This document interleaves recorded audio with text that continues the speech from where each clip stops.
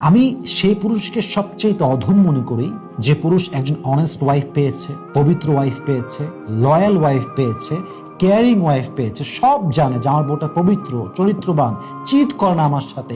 এত কিছু জানার পরেও যে স্বামী তার বউকে মূল্যায়ন করতে পারে না, কসম করে বলতে পারে এর মতো অধম, অযোগ্য, নিকৃষ্ট স্বামী আল্লাহর জমিনে সেকেন্ড আর কেউ হতে পারে না। ঠিক কিনা বলেন?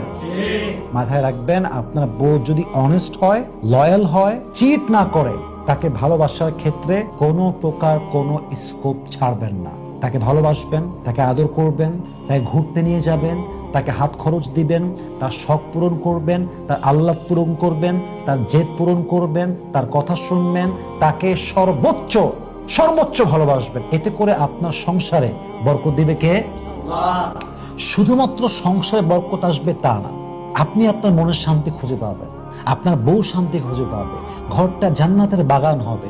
সবচেয়ে বড় বেনিফিট হচ্ছে আপনাদের পরিবার থেকে যে সন্তানটা আসবে এক যোগ্য সন্তান হবে, আদর্শ মায়ের, আদর্শ বাবার আদর্শ সন্তান হবে।